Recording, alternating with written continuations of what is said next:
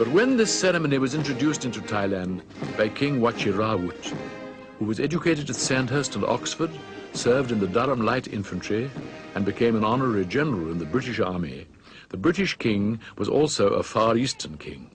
In fact, he was the King Emperor of India. In Bangkok, the capital city, on a day of celebration, King Bhumibol makes his way to Thailand's central Buddhist shrine, the Temple of the Emerald Buddha. The study in his palace looks and sounds like a command post. Here he talks to David Lomax about his job as king. How do you see your duty as a king? Why do you think that Thailand should continue to have a king? It's not for me to say. I do things that I think is useful, and that's all.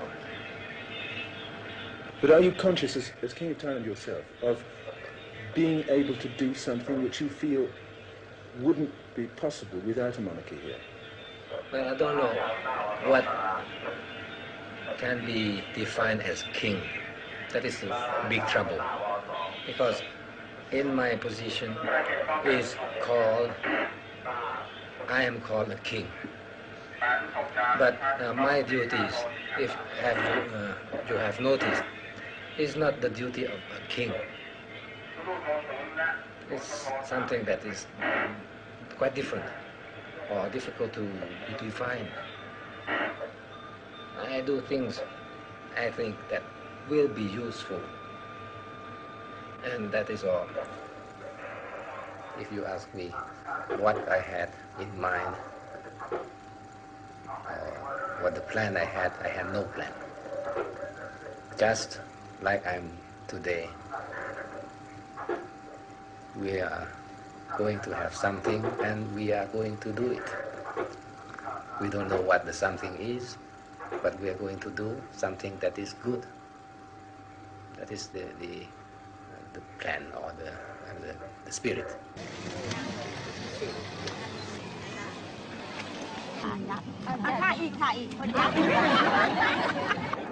Anywhere we go, we are looked at, and people are interested in us. They look at us, they don't want to bother us. They want to know more how they eat, how they sit, how they walk. They don't look with curiosity or hostility. Kings and queens of Thailand have always been in close contact with the people, really, and they usually regard the kings as father of nation. That's why usually we don't have much private life, because we are considered father and mother of the nation. So naturally, we are all the time with the people. To the king, Thailand's danger means that state ceremonial is no empty form. Speeches at the royal audience for his birthday, no mere platitudes, but expression of the struggle for survival.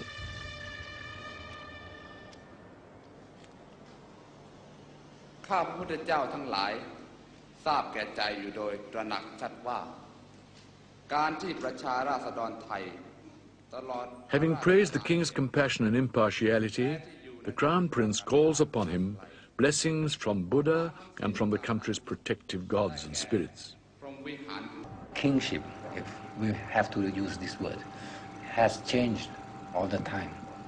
Since the old times and then since the advent of founding of Bangkok, our capital, it has always changed.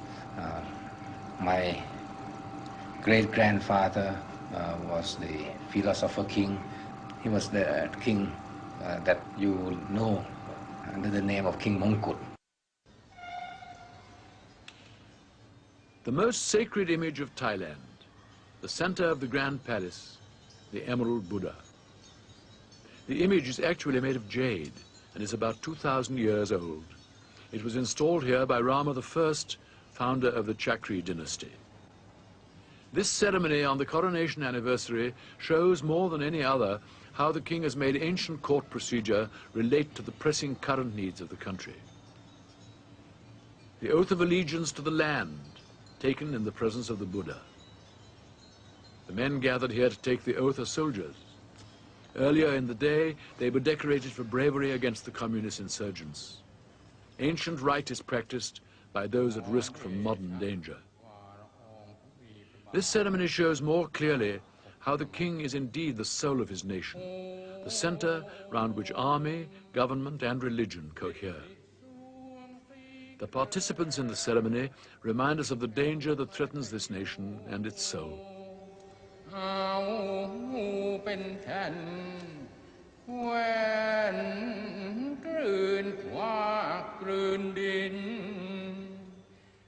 Buddhist rite though it is, there is also the typical Thai admixture of Hinduism. Here the officials are Brahmins, descendants of Hindu immigrants, whose function in the state is to keep alive the Hindu rituals which originally came from India many centuries ago. Brahmin priests, incidentally, do have to pass a novitiate as Buddhist monks. The state sword is dipped in lustral water. It has now been purified. สมาชิกรามาธิบดีว่าตามข้าพเจ้าข้าพเจ้าขอกระทำสัตย์ปฏิญาณสาบานตัวต่อประเทศชาติและประชาชนชาวไทย The oath of allegiance is taken to the land. If at any time I dishonor my pledge, may misfortune fall upon me and plague me forever. An older version of the oath, no longer used, contains a powerful set of possible deaths for those who flout its precepts: lightning and thunderbolts, royal weapons, poison, and the animals of land or water. ทนุบำรุงประเทศชาติสืบไปได้ In the past, incidentally, the king did not take the oath himself. His power was godlike.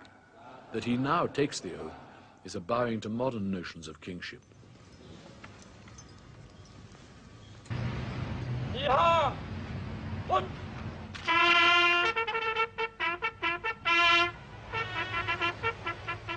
The king's convoy in action.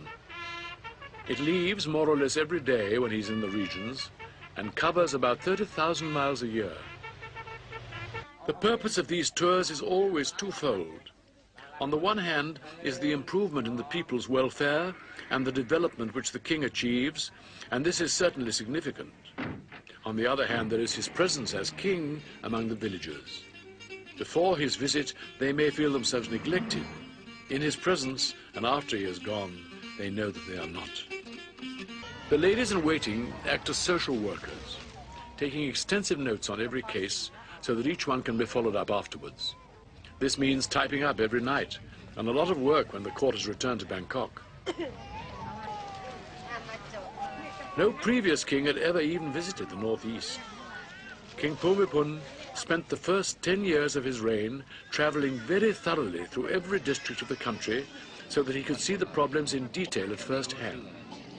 This detailed knowledge now forms a base for rapidly expanding work in all kinds of development.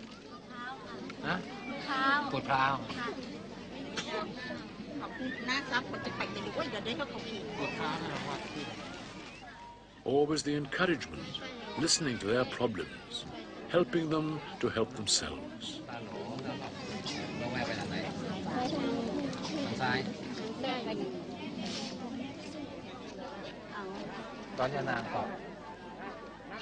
Did they have any particular problem they wanted you to? No problem. They were very happy.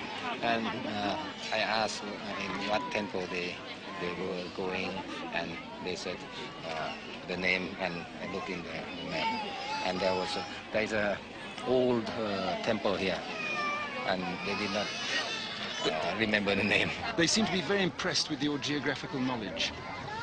Oh, because they are very happy when somebody comes and knows about their village. But you go everywhere with this map, I notice. It never, not this particular one, but Yes, there yes, is never a map from your hand. I try to have a map so that I know where I'm going. and they are happy when they know that the official map is the village is on their map. Are there some occasions when people live in villages that aren't marked on your map or that have the wrong name? Well, that is what happened now. What is what happened? There's a village that has no name, and I put a name on it. The King and Queen received representatives of friendly countries, both formally and informally, turning state functions into personal affairs whenever possible. I saw that blue, lovely blue. A natural part of the royal family's job is to promote the country's crafts, culture and special products, even at parties. The Queen is very much concerned to increase silk production throughout the country. And she makes a point of wearing Thai fabrics herself. This is one of the King's new dams. Irrigation is probably the aspect of development to which he contributes most. Apart from his boat with a rudderless engine, the King has designed dams and irrigation channels himself. With his quick grasp of the subject, he always makes his experts work hard. And though he seems able to master almost anything he puts his hand to, it is probably the many facets of engineering for which he has the most talent. The King carries a two-way radio with him at all times. He is said even to sleep with it. This means that he's the first to hear of any crisis. But he seems oblivious to everything as he concentrates on the job in hand. An army camp. These soldiers have been waiting all day for the King's arrival. That is often the case, but the Thais do not mind waiting. It is still such an honor to see the King.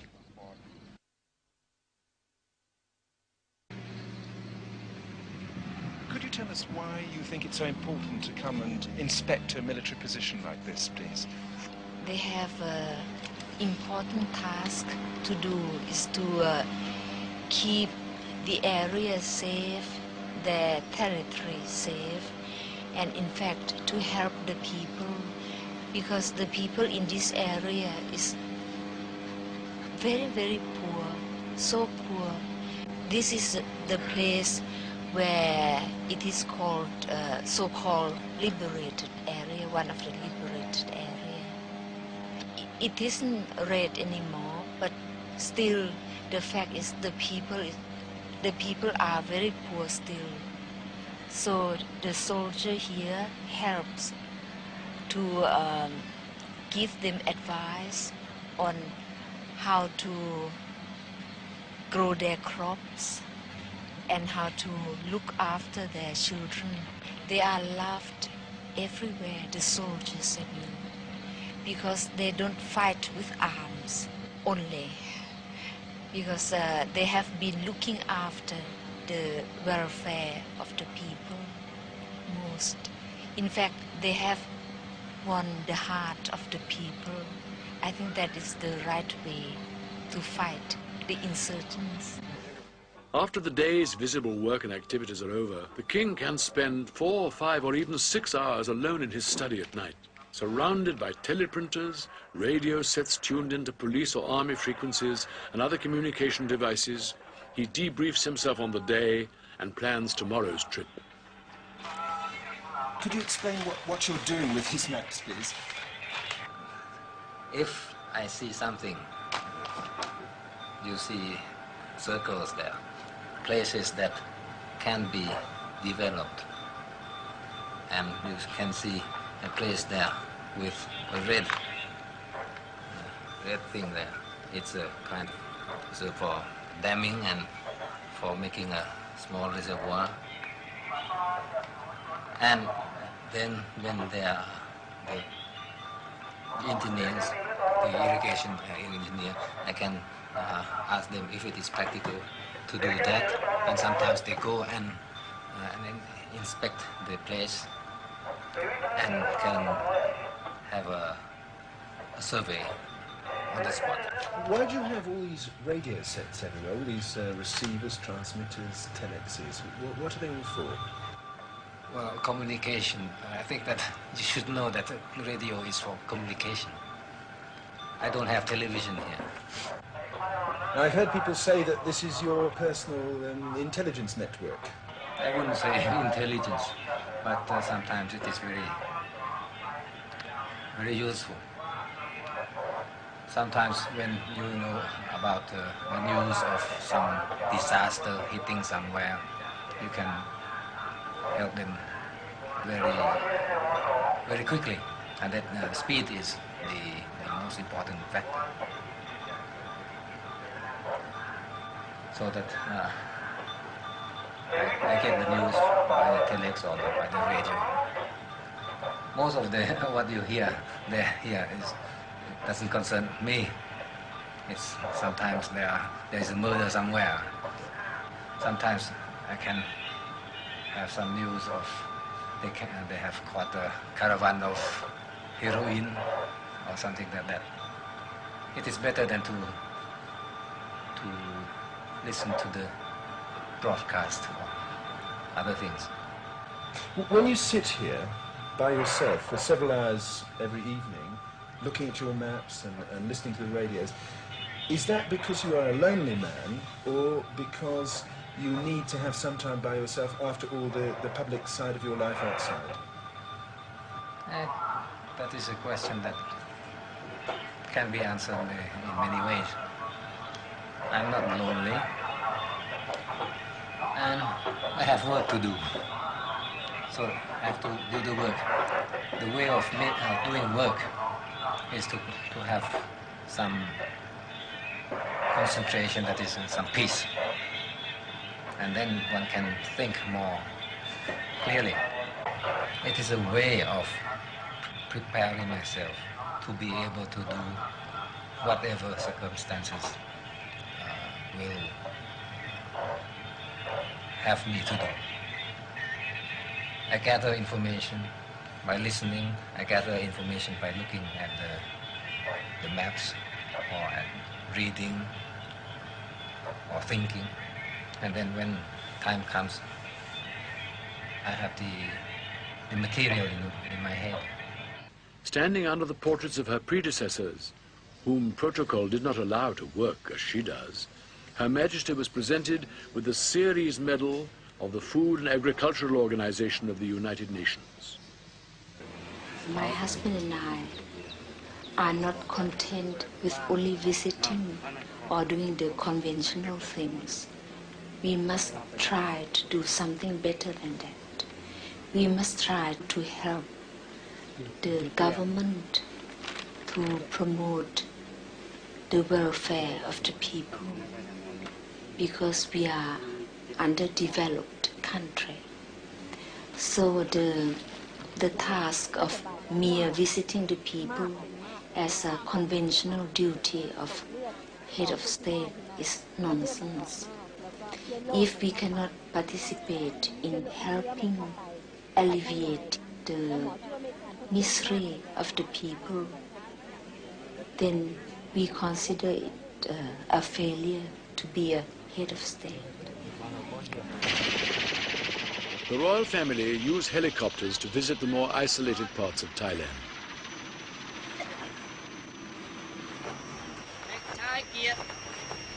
Frequently on such visits, they perform life-saving service by removing sick people to hospital, or in the case of a border raid such as this, lifting out the dead and wounded.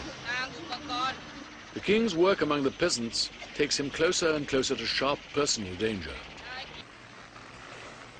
One of the king's many hobbies is firearms, and amongst other things, he has designed a gun mounting for helicopters.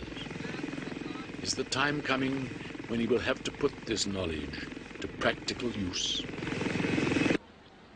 More or less every male Thai, kings included, becomes a monk for a short time in early manhood. A standard length of stay is 3 months during the rainy season between June and October, which is a kind of Buddhist Lent. On his entrance into the order, the king spoke to the nation and said, "From the training which I have received, as well as out of my own personal belief, it is my view that Buddhism, which is our national religion, is one of the great religions of the world. Buddhism teaches men to achieve good conduct and is rich in veritable precepts which are logical, highly impressive and inspiring. When a king is a monk, he is not obliged to beg his food from commoners. But King Bhumibol waived this rule and went out into the streets just like any other man.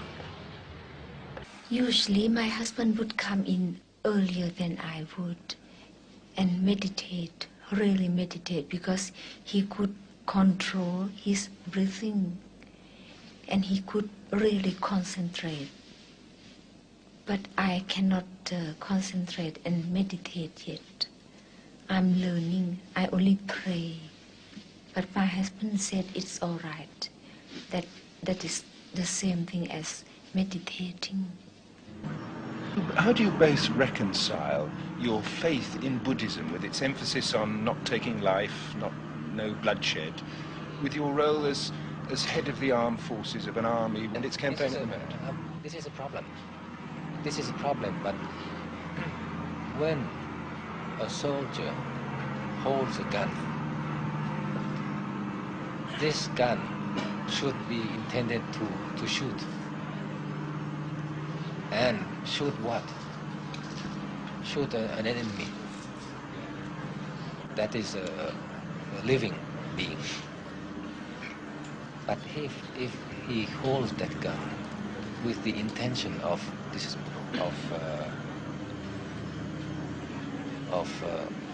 guarding, preserving his country, with this intention, he is not sinful. And even if he has somebody who comes and it's the enemy, he must shoot. He has to shoot. Why? Because he has the intention of guarding his country, of preserving his country. And, by the way, also the religion. If the enemy comes, the country is gone, is destroyed, there's no religion, and there's no good. Loving kindness is the real thing one should give to other person. To give, not to take only, to give, to love. So that's the reason my husband and I can work year after year, day after day, without being ill. But we know that when it's time to die, nobody can escape.